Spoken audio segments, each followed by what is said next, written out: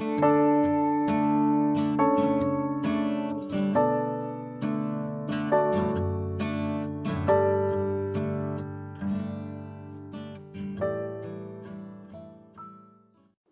시간 주님께 안녕하세요. 대강교회 오훈 목사입니다. 10월 11일 수요일입니다. 하나님 우리에게 주신 말씀은 잠언 31장 10절에서 31절까지 말씀입니다. 누가 현숙한 여인을 찾아 얻겠느냐? 그의 값은 진주보다 더하니라. 그런 자의 남편의 마음은 그를 믿나니 산업이 핍절하지 아니하겠으며 그런 자는 살아있는 동안에 그의 남편에게 선을 행하고 악을 행하지 아니하느니라.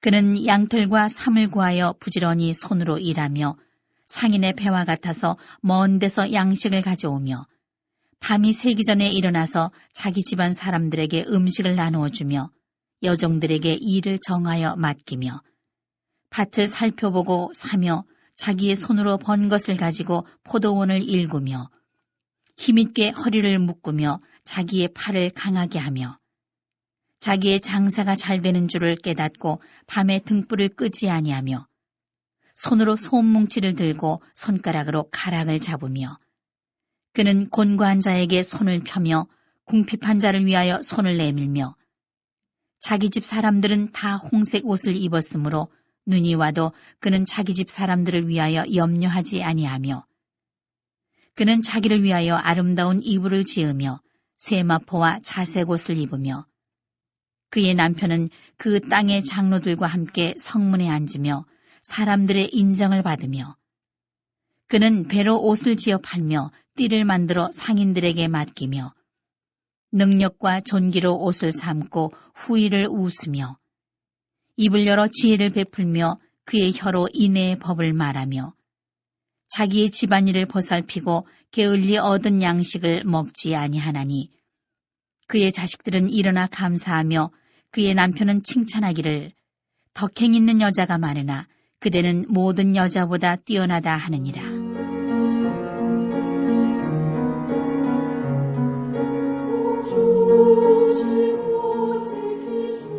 고운 것도 거짓되고 아름다운 것도 헛되나 오직 여호와를 경외하는 여자는 칭찬을 받을 것이라. 그 손의 열매가 그에게로 돌아갈 것이요 그 행한 일로 말미암아 성문에서 칭찬을 받으리라.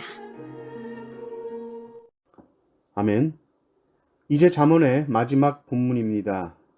잠언은 지혜의 보물창고와도 같은데 그 잠언의 마지막은 현숙한 여인이 어떤 여인인가에 대해서 말하고 있습니다. 지혜의 최종 결론이 바로 현숙한 여인의 모습이라는 것이죠.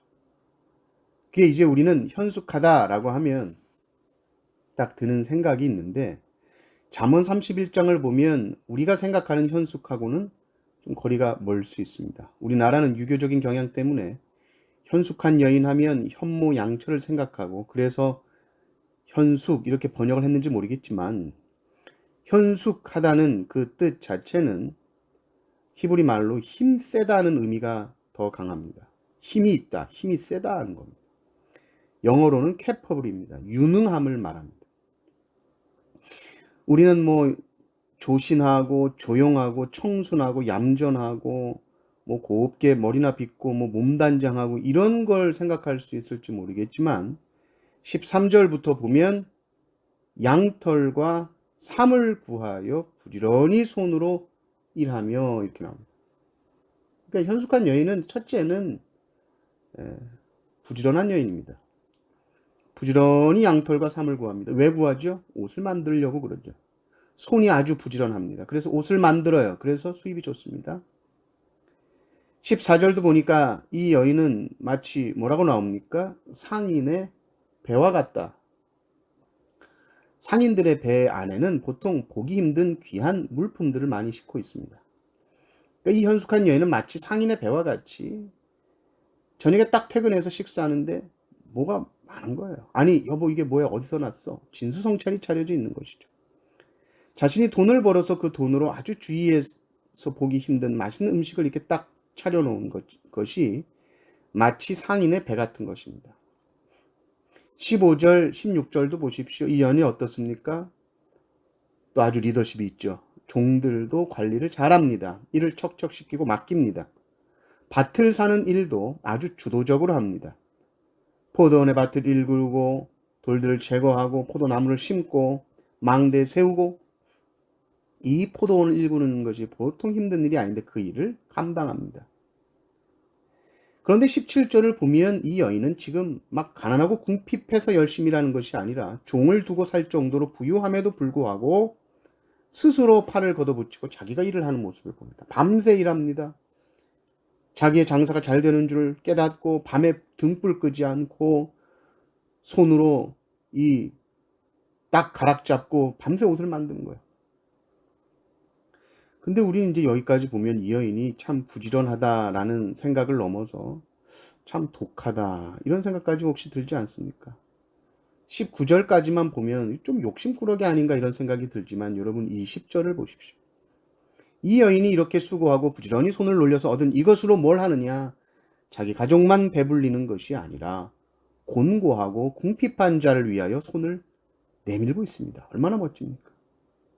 자기 집안의 가족들 또 종들에게조차 좋은 옷을 입혀주고 있는 여인입니다. 그러니까 성실히 열심히 노력해서 일해서 내 재산만 늘린다? 이게 아니라 곤고하고 궁핍한 자 종들과 그의 식솔까지도 세심하게 배려하고 있는 모습을 봅니다.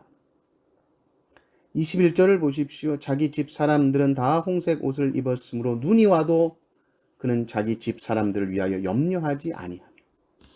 눈이 와도 염려하지 않는데 이스라엘에 무슨 눈이 옵니까? 거의 안 오죠. 그러나 거의 오지 않을 그런 어려움이 혹시 닥친다 할지라도 거기에까지도 다 대비를 한 거예요. 이 여인의 모습을 보면 또 이런 생각도 할 수 있어요. 남편이 좀 너무 기죽어 살지 않을까? 그런데 23절도 보십시오. 남편을 높여줍니다. 그 땅에 장로들과 함께 성문에 앉으며 또 마을에서 이제 영향력을 행사하는 위치에 있다는 말이죠. 내조도 아주 잘합니다. 남편이 바깥 일에 전념할 수 있도록 가정을 아주 안정되게 하는 일을 했다는 것입니다. 24절도 보면 사업도 잘합니다. 수완이 좋습니다. 여러분들도 계시죠? 각종 띠를 만들어 무역상들에게 팔았다. 이게 허리띠인데 당시 보통 가죽띠였지만 금실, 은실 또 보석, 금으로 장식한 귀한 띠도 많았다. 이걸 만들어서 상인들에게 맡기는 거예요. 또 26절도 보십시오. 입을 열어 지혜를 베풀며 그의 혀로 인애의 법을 말하며. 말도 얼마나 지혜롭게 하는지 사람들이 상담받으면 막 치유가 되고 울고 회복되고 막 이랬다는 거예요. 이 여인. 27절도 보십시오. 게을리 얻은 양식은 먹지 않습니다. 공짜 좋아하지 않는 여자입니다. 28절, 29절을 보니까 자식들도 감사하고 남편도 칭찬이 자자합니다. 그러니 이 31장에 나온 이 현숙한 여인은 모든 면에 있어서 참으로 흠잡기 힘든 여인이죠. 이런 여자가 실제로 존재한다라는 것보다 모든 현숙한 여인의 좋은 특징들을 다 나열을 해놓은 것입니다. 그리고 또 이것은 단지 여성에게만 해당되는 이야기는 아니죠.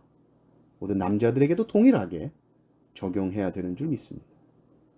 그러면서 30절, 31절 보면 고운 것도 거짓되고 아름다운 것도 헛되나 오직 여호와를 경외하는 자는 칭찬을 받을 것이라. 그의 손의 열매가 그에게로 돌아갈 것이요 그 행한 일로 말미암아 성문에서 칭찬을 받으리라. 현숙한 여인은 예쁘고 곱고 아름다운 여인이 아니라 능력 있고 힘 있고 부지런한 여인인데 이것이 다 어디로부터 왔는가 했을 때에 여호와를 경외함으로부터 나왔다. 여호와를 경외함으로부터 나온 지혜였고 능력이었다. 그리고 또 감사한 것은 하나님을 경외함으로 지혜와 능력을 얻어서 일을 했는데 그 열매를 또 누가 먹느냐? 현숙한 여인이 받아서 먹고 누리는 겁니다. 그러니 우리가 이제 잠언을 마치면서 생각해야 할 것은 우리의 모든 지혜와 능력은 여호와 하나님을 경외하는 것으로부터 나온다. 여호와 하나님을 경외한다는 것은 무엇인가? 지금 내 앞에 살아계신 주님을 의지하고 그분께 묻고 그분과 함께 동행하는 삶이다. 이 삶이 확실한 사람은 현숙한 여인, 멋있는 남편의 모습이 될 줄 믿습니다. 가정 안에서 역할, 사회에서 역할, 아내로서, 남편으로서, 가정에서의 역할, 직장인으로서, 또 어머니로서, 아버지로서 모든 역할을 주님이 주신 힘으로 감당하게 될 줄 믿습니다. 우리 모두 진주보다 더 귀한 이런 현숙한 여인의 삶을 힘있게 살아가시기를 주님의 이름으로 축원합니다. 아멘.